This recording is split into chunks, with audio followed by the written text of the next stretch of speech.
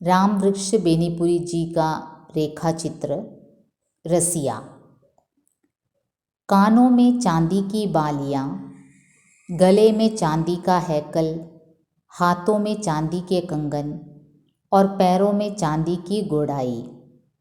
भर बाह की बूटेदार कमीज पहने, काली साड़ी के छोर को गले में लपेटे, गोरे चेहरे पर लटकते हुए कुछ बालों को संभालने में परेशान वह छोटी सी लड़की जो उस दिन मेरे सामने आकर खड़ी हो गई थी, अपने बचपन की उस रसिया की स्मृति ताज़ा हो उठी जब मैं भी उस दिन अचानक उसके गांव में जा पहुंचा। हाँ, यह मेरे बचपन की बात है। मैं कसाई खाने से रस्सी तुड़ाकर भागे हुए बछड़े की तरह उछलता हुआ अभी अभी स्कूल से आया था और बरामदे की चौकी पर अपना बस्ता स्लेट पटक कर मौसी से छठ में पके ठेकुस लेकर उन्हें कुतर कुतर कर खाता हुआ ढेंकी पर झूला झूलने का मज़ा पूरा करना चाह रहा था कि उधर से आवाज़ आई, देखना बबुआ का खाना मत छू देना। और उसी आवाज़ के साथ मैंने देखा यह अजीब रूप रंग की लड़की मुझसे 2-3 गज आगे खड़ी हो गई। मेरे लिए यह रूप रंग सचमुच अजीब था। ठेठ हिंदुओं की बस्ती है मेरी और मुझे मेले पेठिए में भी अधिक नहीं जाने दिया जाता, क्योंकि सुना है बचपन में मैं एक मेले में खो गया था। मुझे कोई औधड़ लिए जा रहा था कि गांव की एक लड़की की नज़र पड़ी और मेरा उद्धार हुआ। मैं माँ बाप का इकलौता था। माँ चल बसी थी, इसलिए उनकी इस एकमात्र धरोहर को मौसी आँखों में जुगो कर रखती। मेरे गांव में भी लड़कियों की कमी नहीं, किंतु न उनकी ये वेशभूषा न यह रंग रूप। मेरे गांव की लड़कियां कानों में बालियां कहाँ डालती और भर बाह की कमीज़ भी उन्हें कभी नहीं पहने देखा। और गोरे चेहरे तो मिले हैं, किंतु इसकी आंखों में जो एक अजीब किस्म का नीलापन दिखता वह कहाँ। और समूचे चेहरे की काट भी कुछ निराली ज़रूर। तभी तो मैं उसे एकटक घूरने लगा। यह बोली थी रसिया की माँ, जिसे प्रायः ही अपने गांव में चूड़ियों की खंचियाँ लेकर आते देखता आया था। वह मेरे आंगन में चूड़ियों का बाजार पसार कर बैठी थी और कितनी ही बहू बेटियाँ उसे घेरे हुए थी। मुँह से भाव साव करती और हाथ से खरीदारों के हाथ में चूड़ियाँ चढ़ाती वह सौदे पटाए जा रही थी। अब तक उसे अकेले ही आते जाते देखा था। हाँ, कभी कभी उसके पीछे मर्द होता जो चूड़ियों की खांची ढोता। यह बच्ची आज पहली बार आई थी और न जाने किस बाल सुलभ उत्सुकता ने उसे मेरी ओर खींच लिया था। शायद वह यह भी नहीं जानती थी कि किसी के हाथ का खाना किसी के निकट पहुंचने से ही छू जाता है। माँ जब अचानक चीख उठी, वह ठिठकी, सहमी। उसके पैर तो वहीं बंध गए, किंतु इस ठिठक ने उसे मेरे बहुत निकट ला दिया, इसमें संदेह नहीं। मेरी मौसी झट उठी, घर में गई और 2 ठकुए और 1 कसार लेकर उसके हाथों में रख दिए। वह लेती नहीं थी, किंतु अपनी माँ के आग्रह पर हाथ में रख तो लिया, किंतु मुंह से नहीं लगाया। मैंने कहा, खाओ ना, क्या तुम्हारे घर में ये सब नहीं बनते? छठ का व्रत नहीं होता? कितने प्रश्न, किंतु सबका जवाब न में ही, और वह भी मुंह से नहीं, ज़रा सा गर्दन हिलाकर। और गर्दन हिलाते हिलाते ही चेहरे पर गिरे बाल की जो लटें हिल हिल उठती, वह उन्हें परेशानी से संभालने लगती। जब उसकी माँ नई खरीदारनों की तलाश में मेरे आंगन से चली, रसिया भी उसके पीछे हो ली। मैं खाकर मुंह धोकर अब उसके निकट था, और जब वह चली, जैसे उसकी डोर में बंधा थोड़ी दूर तक घिसटता गया। शायद मेरी भावुकता देखकर ही चुड़िहारनों के मुंह पर खेलने वाली अजस्र हंसी और चुहल में ही उसकी माँ बोली, बबुआ जी, रसिया से ब्याह कीजिएगा। फिर बेटी की ओर मुखातिब होती मुस्कुराहट में कहा, क्यों रे रसिया, यह दूल्हा तुम्हें पसंद है? उसका यह कहना कि मैं मुड़कर भागा। ब्याह एक मुसलमानिन से। अब रज़िया की माँ ठटा रही थी और रसिया सिमट कर उसके पैरों में लिपटी थी। कुछ देर निकल जाने पर मैंने मुड़कर देखा। रसिया चुड़िहारिन वह इसी गांव की रहने वाली थी।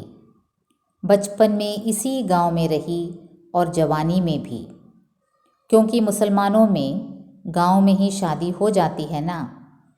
और यह अच्छा हुआ, क्योंकि बहुत दिनों तक प्रायः ही उससे अपने गांव में ही भेंट हो जाया करती थी। मैं पढ़ते पढ़ते बढ़ता गया। बढ़ने पर पढ़ने के लिए शहरों में जाना पड़ा। छुट्टियों में जब तब आता। इधर रज़िया पढ़ तो नहीं सकी, हाँ, बढ़ने में मुझसे पीछे नहीं रही। कुछ दिनों तक अपनी माँ के पीछे पीछे घूमती फिरी। अभी उसके सिर पर चूड़ियों की खचियाँ तो नहीं पड़ी, किंतु खरीदारनों के हाथों चूड़ियाँ पिन्हाने की कला वह जान गई थी। उसके हाथ मुलायम थे, बहुत मुलायम। नई बहुओं की यही राय थी। वे इसी के हाथ से चूड़ियाँ पहनना पसंद करती। उसकी माँ इससे प्रसन्न ही हुई। जब तक रज़िया चूड़ियाँ पहनाती, वह नई नई खरीदारनें फंसाती। रज़िया बढ़ती गई। जब जब भेंट होती, मैं पाता उसके शरीर में नए नए विकास हो रहे हैं, शरीर में और स्वभाव में भी। पहली भेंट के बाद पाया था वह कुछ प्रगल्भ हो गई है। मुझे देखते ही दौड़कर निकट आ जाती, प्रश्न पर प्रश्न पूछती, अजीब अटपटे प्रश्न। देखिए तो, ये नई बालियाँ आपको पसंद हैं? क्या शहरों में ऐसी बालियाँ पहनी जाती हैं? मेरी माँ शहर से चूड़ियाँ लाती हैं। मैंने कहा है वह इस बार मुझे भी ले चले। आप किस तरफ रहते हैं वहाँ? क्या भेंट हो सकेगी? वह बके जाती, मैं सुनता जाता। शायद जवाब की ज़रूरत वह भी नहीं महसूस करती। फिर कुछ दिनों बाद पाया वह अब कुछ सकुचा रही है। मेरे निकट आने के पहले वह इधर उधर देखती, और जब कुछ बातें करती तो ऐसी चौकन्नी सी कि कोई देख न ले, सुन न ले। एक दिन जब वह इसी तरह बातें कर रही थी कि मेरी भौजी ने कहा, देखियो री रसिया, बबुआ जी को फुसला नहीं लीजियो। वह उनकी ओर देख कर हंस तो पड़ी, किंतु मैंने पाया उसके दोनों गाल लाल हो गए हैं और उन नीली आँखों के कोने मुझे सजल से लगे। मैंने ध्यान दिया, जब हम लोग कहीं मिलते हैं, बहुत सी आँखें हम पर भालों की नोक ताने रहती हैं। रसिया बढ़ती गई, बच्ची से किशोरी हुई, और अब जवानी के फूल उसके शरीर में खिलने लगे हैं। अब भी वह माँ के साथ ही आती है, किंतु पहले माँ की एक छाया मात्र लगती थी। अब उसका स्वतंत्र अस्तित्व है, और उसकी छाया बनने के लिए कितनों के दिलों में कसमसाहट है। जब वह बहनों को चूड़ियाँ पहनाती हैं, कितने भाई तमाशा देखने को वहाँ एकत्र हो जाते हैं। क्यों? बहनों के प्रति भ्रातृत्व भाव या रज़िया के प्रति एक अज्ञात आकर्षण वहाँ लाता है उन्हें। जब वह बहुओं के हाथों में चूड़ियाँ ठेलती होती हैं, पतिदेव दूर खड़े कनखियों से देखते होते हैं। क्या अपने नवोढ़ा की कोमल कलाइयों को, या इन कलाइयों पर क्रीड़ा करती हुई रज़िया की पताई उंगलियों को? और जैसे रज़िया को इसमें रस मिलता है। पतियों से चुहलें करने से वह बाज नहीं आती। बाबू, बड़ी महीन चूड़ियाँ हैं, ज़रा देखिएगा कहीं चटक न जाएं। पतिदेव भागते हैं, बहुएं खिलखिलाती हैं, रज़िया ठट्टा लगाती है। अब वह अपने पेशे में निपुण होती जाती है। हाँ, रज़िया अपने पेशे में भी निपुण होती जाती थी। चूड़ीहारिन के पेशे के लिए सिर्फ यही नहीं चाहिए कि उसके पास रंग बिरंग की चूड़ियाँ हों, सस्ती, टिकाऊ, टटके से टटके फैशन की, बल्कि यह पेशा चूड़ियों के साथ चूड़ीहारिनों के बनाव, श्रृंगार, रूप, रंग, नाजौदा भी खोजता है, जो चूड़ी पहनने वालियों को ही नहीं, उनको भी मोह सके, जिनकी जेब से चूड़ियों के लिए पैसे निकलते हैं। सफल चूड़ीहारिन थी वह। यह रज़िया की माँ भी किसी जमाने में क्या कुछ कम रही होगी। खंडर कहता है, इमारत शानदार थी। ज्यों ज्यों शहर में रहना बढ़ता गया, रज़िया से भेंट भी दुर्लभ होती गई। और एक दिन वह भी आया जब बहुत दिनों पर उसे अपने गांव में देखा। पाया उसके पीछे एक नवजवान चूड़ियों की खांची सिर पर लिए है। मुझे देखते ही वह सहमी, सिकुड़ी और मैंने मान लिया यह उसका पति है। किंतु तो भी अनजान सा पूछ ही दिया, इस मजूरे को कहाँ से उठा लाई रे? इसी से पूछिए, साथ लग गया तो क्या करूं? नवजवान मुस्कुराया। रज़िया बिहंसी बोली, यही मेरा खाविंद है मालिक। खाविंद? बचपन की उस पहली मुलाकात में उसकी माँ ने दिल्लगी में जो कह दिया, न जाने वह बात कहाँ सोई पड़ी थी। अचानक वह जगी और मेरी पेशानी पर उस दिन शिकन ज़रूर उठ आई होगी, मेरा विश्वास है। और एक दिन वह भी आया कि मैं भी खाविंद बना।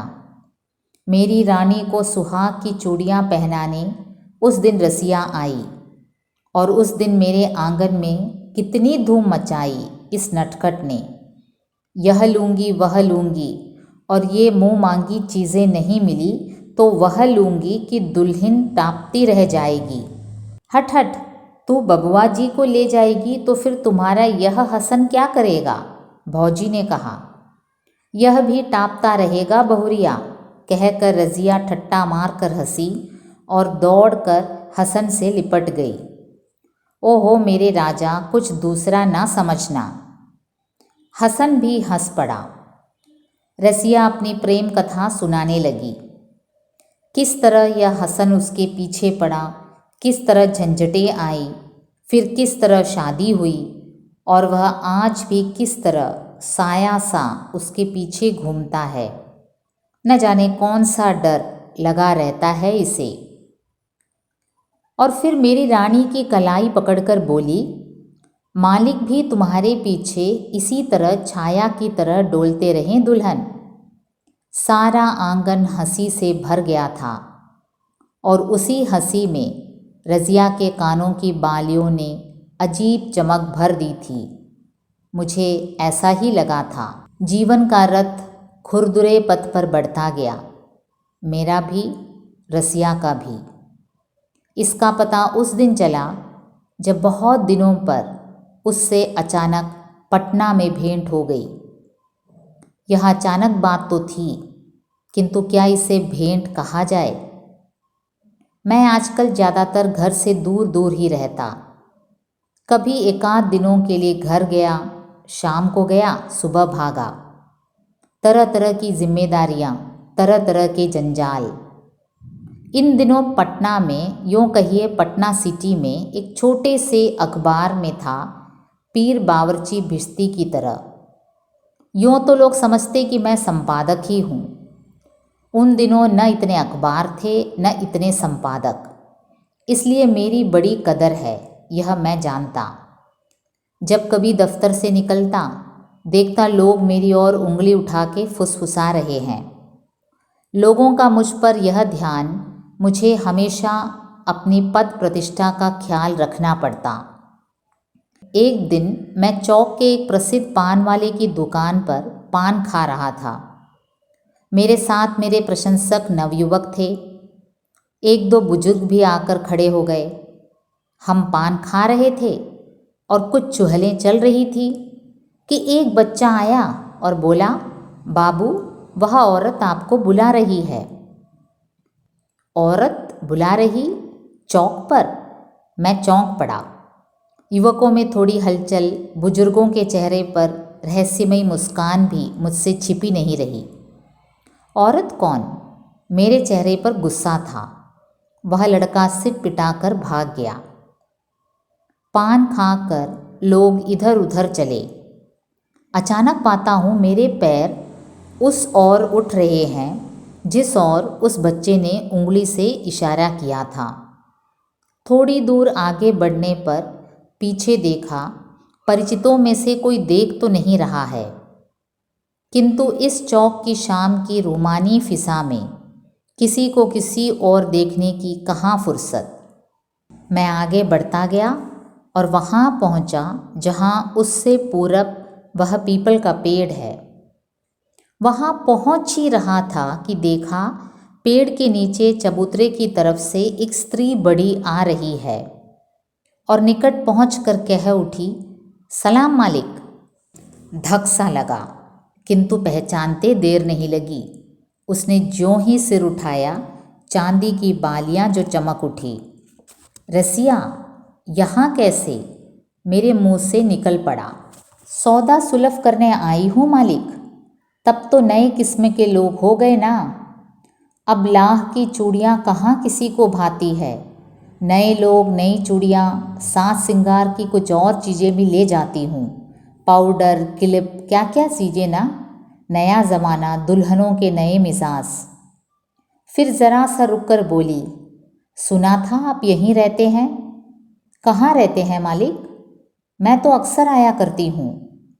और जब तक पूछूं कि अकेली हो या कि एक अधवयस्क आदमी ने आकर सलाम किया। यह हसन था। लंबी लंबी दाढ़ियाँ, 5 हाथ का लंबा और मुस्तंडा भी। देखिए मालिक, यह आज भी मेरा पीछा नहीं छोड़ता। यह कहकर रसिया हंस पड़ी। अब रसिया वह नहीं थी, किंतु उसकी हंसी वही थी। वही हंसी, वही चुहल, इधर उधर की बहुत सी बातें करती रही और न जाने कब तक जारी रखती कि मुझे याद आया मैं कहाँ हूँ और अब मैं कौन हूँ। कोई देख ले तो। किंतु वह फुर्सत दे तब ना। जब मैंने जाने की बात की, हसन की ओर देख कर बोली, क्या देखते हो, ज़रा पान भी तो मालिक को खिलाओ। कितनी बार हुमच हुमच कर भरपेट ठूंस चुके हो बाबू के घर। जब हसन पान लाने चला गया, रसिया ने बताया किस तरह दुनिया बदल गई है। अब तो ऐसे गांव हैं जहां के हिंदू मुसलमानों के हाथ से सौदे नहीं खरीदते।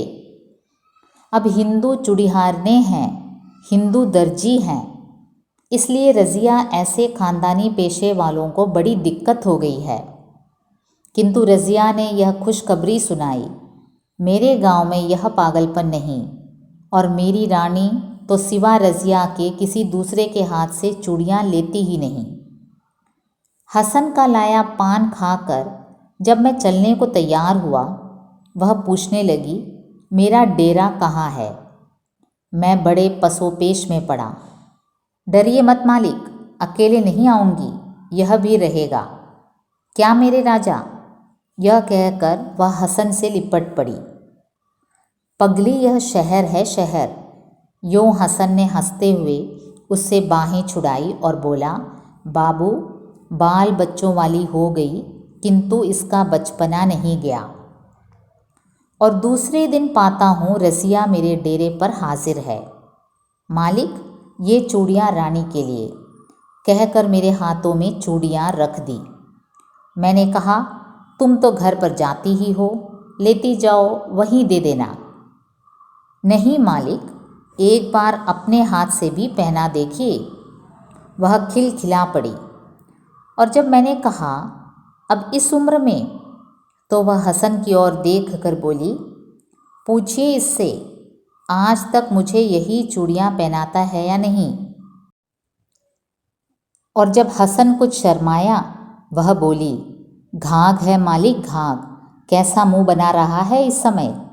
लेकिन जब हाथ में हाथ लेता है, ठठाकर हंस पड़ी, इतने ज़ोर से कि मैं चौंक कर चारों तरफ देखने लगा। हाँ, तो अचानक उस दिन उसके गांव में पहुंच गया। चुनाव का चक्कर, जहां न ले जाए, जिस औगट घाट पर न खड़ा कर दे। नाक में पेट्रोल की धुएं की गंध, कान में साएं साएं की आवाज़, चेहरे पर दर्द गुबार का अंबार, परेशान बदहवास। किंतु उस गांव में ज्यों ही मेरी जीभ घुसी, मैं एक ख़ास किस्म की भावना से अभिभूत हो गया। यह रज़िया का गांव है, यहाँ रज़िया रहती थी। किंतु क्या आज मैं यह भी पूछ सकता हूँ कि यहाँ रज़िया नाम की चुड़िहारिन रहती थी या है। हसन का नाम लेने में भी शर्म लगती थी। मैं वहाँ नेता बनकर गया था। मेरा जय जयकार हो रहा था। कुछ लोग मुझे घेरे खड़े थे। जिसके दरवाजे पर जाकर पान खाऊंगा, वह अपने को बड़भागी समझेगा। जिससे दो बातें कर लूँगा, वह स्वयं चर्चा का एक विषय बन जाएगा। इस समय मुझे कुछ ऊंचाई पर ही रहना चाहिए। जीप से उतरकर लोगों से बातें कर रहा था, या यूँ कहिए कि कल्पना के पहाड़ पर खड़े होकर एक आने वाले स्वर्ण युग का संदेश लोगों को सुना रहा था। किंतु दिमाग में कुछ गुत्थियाँ उलझी थी। जीभ अभ्यासवश एक काम किए जा रही थी, अंतर्मन कुछ दूसरा ही ताना बाना बुन रहा था। दोनों में कोई तारतम्य न था, किंतु इसमें से किसी एक की गति में भी बाधा क्या डाली जा सकती थी कि अचानक, लो यह क्या, वह रसिया चली आ रही है। रसिया, वह बच्ची, अरे रसिया फिर बच्ची हो गई।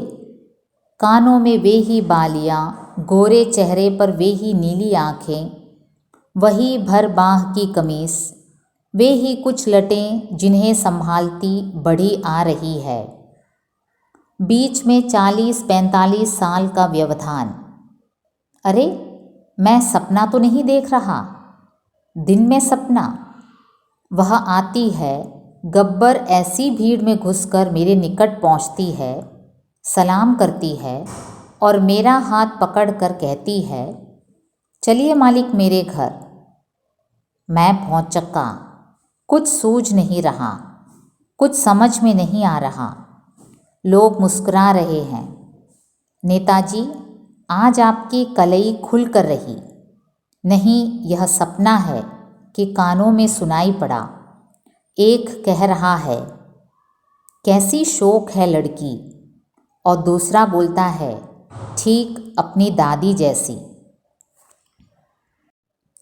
और तीसरे ने मेरे होश की दवा दी। यह रसिया की पोती है बाबू, बेचारी बीमार पड़ी है। आपकी चर्चा अक्सर किया करती है, बड़ी तारीफ करती है। बाबू, फुर्सत हो तो ज़रा देख लीजिए, न जाने बेचारी जीती है या। मैं रसिया के आंगन में खड़ा हूँ। ये छोटे छोटे साफ सुथरे घर, यह लिपा पुता चिक्कन ढुर ढुर आंगन, भरी पूरी गृहस्थी, मेहनत और दयानत की बेन। हसन चल बसा है, किंतु अपने पीछे 3 हसन छोड़ गया है। बड़ा बेटा कलकत्ता कमाता है, मंझला पुश्तैनी पेशे में लगा है, छोटा शहर में पढ़ रहा है। यह बच्ची बड़े बेटे की बेटी। दादा का सिर पोते में, दादी का चेहरा पोती में, हूबहू रज़िया। दूसरी रज़िया मेरी उंगली पकड़े आंगन से पुकार रही है, दादी ओ दादी घर से निकल, मालिक दादा आ गए। किंतु पहली रज़िया निकल नहीं रही। कैसे निकले? बीमारी के मैले कुचैले कपड़ों में मेरे सामने कैसे आए? रसिया ने अपनी पोती को तो भेज दिया, किंतु उसे विश्वास न हुआ कि हवा गाड़ी पर आने वाला नेता अब उसके घर तक आने की तकलीफ़ कर सकेगा। और जब सुना मैं आ रहा हूँ तो बहुओं से कहा, ज़रा मेरे कपड़े तो बदलवा दो। मालिक से कितने दिनों पर भेंट हो रही है ना। इसके दोनों पतों हुए उसे सहारा देकर आंगन में ले आई। रज़िया, हाँ मेरे सामने रज़िया खड़ी थी, दुबली पतली रूखी सूखी। किंतु जब नज़दीक आकर उसने मालिक सलाम कहा, उसके चेहरे से एक क्षण के लिए झुर्रियाँ कहाँ चली गई जिन्होंने उसके चेहरे को मकड़जाल बना रखा था। मैंने देखा उसका चेहरा अचानक बिजली के बल्ब की तरह चमक उठा, और चमक उठी वे नीली आँखें जो कोटरों में धंस गई थी। और अरे चमक उठी हैं आज फिर वे चांदी की बालियाँ। और देखो अपने को पवित्र कर लो।